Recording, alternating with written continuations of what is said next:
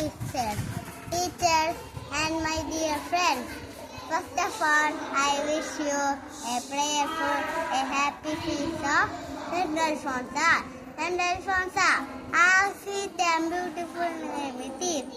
She was golden star in our Catholic Church.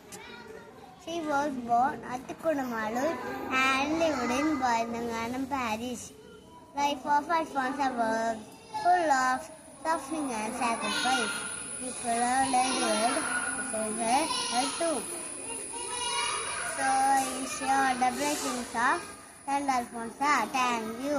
ബഹുമാനപ്പെട്ട sisters, teachers, എൻ്റെ പ്രിയ കൂട്ടുകാരെ, ഞാനിവിടെ പറയാൻ പോകുന്നത് വിശുദ്ധ അൽഫോൻസാമ്മയെ കുറിച്ചാണ്. കേരളത്തിലെ പുഴകടവിലെ മുത്തത്ത് പാടത്ത് കുടുംബത്തെ ഓഗസ്റ്റ് 19 അന്നക്കുട്ടി എന്ന അൽഫോൻസാമ്മ ജനിച്ചത്. ചെറുപ്പത്തിൽ അമ്മ നഷ്ടപ്പെട്ട അന്നക്കുട്ടിയെ വെള്ളത്തിൽ വളർത്തമേനു. ഒരു കന്യാസ്ത്രീയാവാമെന്ന് ആഗ്രഹിച്ച അവൾ ഒരു ഭരണങ്ങാനത്തെ ഒരു ക്ലാസ് സഭയിൽ ചേർന്നു. പിന്നെ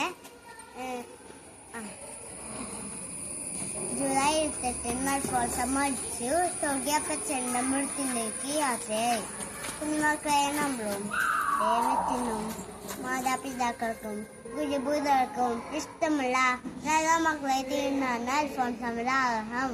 എല്ലാവർക്കും അൽഫോൻസാമ്മയുടെ തിരുനാമങ്ങൾ നീണ്ടുകൊണ്ട് നിർത്തുന്നു.